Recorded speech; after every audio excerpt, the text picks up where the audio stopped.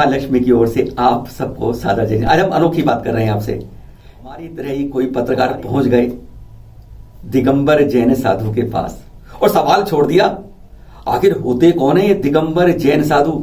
नग्न रहते हैं, तन पे कोई कपड़ा नहीं होता, कौन होते हैं, कैसे होते हैं? जरा जब सुना तो जवाब क्या मिला, जरा सुन तो लीजिए। जैन साधु क्या है, किसे कहते हैं? जैन साधु किसे कहते हैं? जिसके पैरों में जूता नहीं, जिसके पैरों में जूता नहीं, सिर पे छाता नहीं, बैंक में खाता नहीं, परिवार से नाता नहीं, उसे कहते हैं जैन साधु। जिसके तन पर कपड़ा नहीं, वचन में लफड़ा नहीं, मन में झगड़ा नहीं, जीवन में बखेड़ा नहीं, उसे कहते हैं जैन साधु। जिसका कोई घर नहीं, किसी बात का डर नहीं, दुनिया का असर नहीं,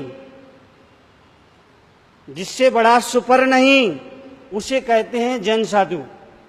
जिसके पास बीवी नहीं, साथ टीवी नहीं, अमीरी गरीबी नहीं, नाश्ते में जलेबी नहीं, उसे कहते हैं जैन साधु। जो कच्चे पानी को छूता नहीं, बिस्तर पर सोता नहीं, होटल में खाता नहीं, उपसर्ग आ जाए तो रोता नहीं, उसे कहते हैं जैन साधु। और ये चार पंक्तियां बहुत महत्वपूर्ण हैं।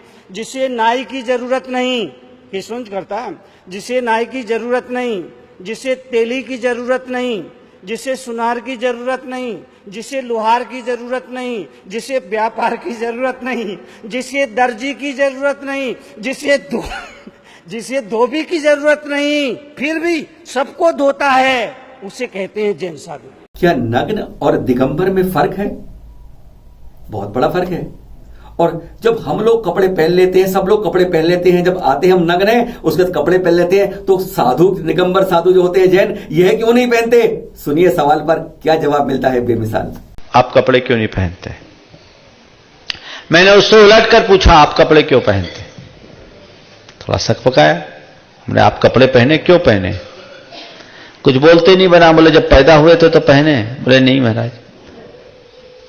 अरे तब क्या स्थिति थी? कोई पहना दिया तो पहना दिया, नहीं पहनाया तो ऐसे ही घूमते थे। बोले कोई फर्क पड़ता था? बोले नहीं महाराज, उस समय कोई लज्जा नहीं, कोई संकोच नहीं, कोई विकार भी नहीं था। बोले आप अगर आपके कपड़े उतार दे तो एकदम झेप गया। बोले महाराज अब तो ये हो नहीं सकता। बोले क्यों? बोले महाराज अब लज्जा भी है, संकोच भी है, विकार भी है। तो हमने कहा आपने शरीर पर जो कपड़ा पहना है अपने विकारों को छिपाने के लिए पहना है ना? बोले हाँ महाराज पहना है। हम बोले तुम्हारे अंदर विकार है, बहुत सारी चीजें छिपाने लायक है, इसलिए तुम्हें कपड़े की जरूरत है। हमारे अंदर कोई विकार नहीं, हमारे पास छुपाने का कुछ नहीं, इसलिए हमें कपड़ा पहनने की भी जरूरत नहीं। दिगंबर मुनि निर्विकार है, इसलिए उसे वस्त्र की कोई आवश्यकता नहीं। फिर मैंने उसे पलट करके कहा, किसने कहा कि हमने कपड़ा नहीं पहना? हम कपड़े पहने। किसने कहा कि हम कपड़ा नहीं पहने? हम कपड़ा पहने। आपको भ्रम है कि हम बिना कपड़ा के हैं। महाराज कुछ दिख तो नहीं रहा। बोले देखोगे तो दिखेगा, इन आंखों से नहीं दिखेगा, मेरे कपड़े अलग है। बोले क्या? बोले हम नग्न नहीं, हम दिगंबर हैं। नग्न तो भोगी विलासी भी होता है, नग्न और दिगंबर में बहुत अंतर है। जो भोगी विलासी हो नंगा है, और दिगंबर जिसने दिशाओं को अंबर यानी वस्त्र बना लिया है। तुम्हारे वस्त्र तंतुओं के बने हैं और हमारे 10 वस्त्र दिशाओं के, हमने दिशाओं को ओढ़ लिया। तुम्हारे कपड़ों का एक माप है, हमारे वस्त्र अमाप हैं। तुम्हारे कपड़ों को रोज धोना पड़ता है, गंदे होते हैं, मैले होते हैं, फटते हैं। हमारे वस्त्र को धोने की जरूरत नहीं है, वो एक बार पहन लिया, प्रकृति ने पहना करके भेजा और आज तक है, जीवन के अंतिम क्षण तक रहेंगे। तुम्हारे कपड़े का उल्टा सीधा भी होता है, पर हमारे वस्त्र का न कोई उल्टा है न सीधा है, अपितु दुनिया में जितने उल्टा सीधा करने वाले हैं उन सबको हम लोग उल्टे से सीधा करने का काम करते हैं। यहां कोई उल्टा सीधा का काम। पहले साधु हमारे अकेले विहार करते थे, विचरण करते थे, एकांतवास करते थे, तब कोई बात नहीं थी। पर धीरे धीरे समय से सब कुछ बदलता जा रहा है। टेक्नोलॉजी बदल रही है, विचार बदल रहा है, फैशन बदल रहा है, सब कुछ बदल रहा है। माइक्रोफोन इस्तेमाल करते हैं हम साधु। जब यह सब कुछ बदल जाता है तो अपने को क्यों नहीं बदलते? क्यों कपड़े नहीं पहनते? माइक्रोफोन का प्रयोग होता है धर्म की प्रभावना के लिए। इससे बहुजनों को लाभ मिलता है, इसलिए उपयोग करते हैं, आप लोग लगा देते हैं, हम लोग ना नहीं करते हैं। पर ये देख करके हम वस्त्र नहीं स्वीकार कर सकते, क्योंकि वस्त्र का खंड लेना यानी 100 झमेला पालना। कहते हैं फांस तनिक सी तन को साले, चाह लंगोटी की दुख वाले। वो आते ही पूरी गृहस्थी आएगी। आप कह सकते हो महाराज वो हम प्रोवाइड करेंगे, इसमें कोई झमेला आपके पास नहीं। तो मैं आपसे ये कहूंगा कि दिगंबरत्व हमारा वेश नहीं, हमारी साधना है। दिगंबरत्व हमारा वेश नहीं, हमारी साधना है।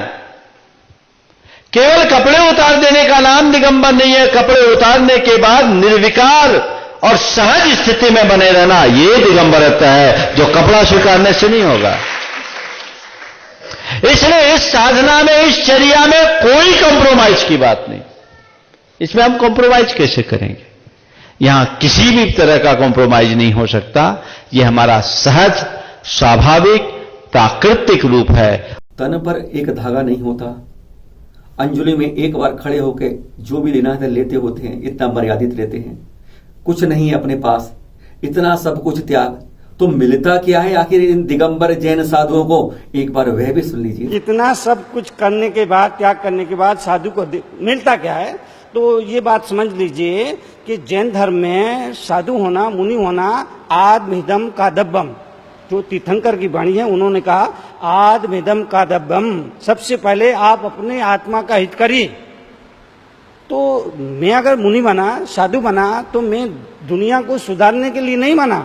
पहले मुझे अपने को सुधारना है, अपने मन को सुधारना है, अपने जीवन को सुधारना है। और अगर इसमें से समय बचता है तो समाज सुधार के लिए जो भी मेरे से सेवा हो सकती है वो मैं करता हूं। तो क्या मिलता है? मन की शांति, ये सबसे बड़ी उपलब्धि है। कुछ समझ आया आपको? फर्क के नग्न और दिगंबर में क्या बीच फर्क है? एक बार एक दिगंबर साधु के पास बैठ जाना चंद मिनट, और फिर देखना नंगे और दिगंबर में क्या फर्क होता है और क्या निकलेगा आपके मुख से। आपके पास बैठने के बाद लगता नहीं कि हम किसी नग्न के पास बैठे हैं, यह लग रहा है कि किसी ऊर्जावान साधु के पास बैठे हैं। यही दिगंबरत्व का गौरव है, यही दिगंबरत्व की महिमा है। इसे आप जानिए। और यदि किसी के मन में दिगंबरत्व को लेकर के सवाल आता है तो बताइए कि ये अश्लीलता नहीं, ये हमारे स्वाभाविक रूप की स्थिति, यथाजात मुद्रा है, निर्विकार मुद्रा है। इसीलिए गांधी जी ने कहा था कि नग्नता मनुष्य की आदर्श स्थिति है, यह उसका प्राकृतिक रूप है। और युग युगांतरों से भारत की संस्कृति में इसे सम्मान दिया गया, प्रतिष्ठापूर्ण दृष्टि से देखा गया। इसलिए हमें इसके मान की सुरक्षा करनी चाहिए और जीवन को उसी क्रम में आगे बढ़ाना। देखा, सुन लिया आपने कि क्या फर्क है एक नग्न के बीच में और दिगंबर जैन संत के बीच में, जिसके लिए श्रेष्ठतम धर्म के श्रेष्ठतम संत कहे जाते हैं। पूजनीय है, वंदनीय है सभी के साथ। सभी तो कहते हैं इनके आगे पीछे जाने पर कहते हैं अपने अंदर के सारे कर्मों की तिलांजलि हो जाती है, क्षय हो जाते हैं। सभी तो इसको प्रणाम करते हैं हम लोग। आप सभी को सादर जय जिनेंद्र। फिर मिलेंगे नए इसमें एपिसोड में। शेयर करिए, फॉरवर्ड करिए, जानकारी सब तक पहुंचाइए।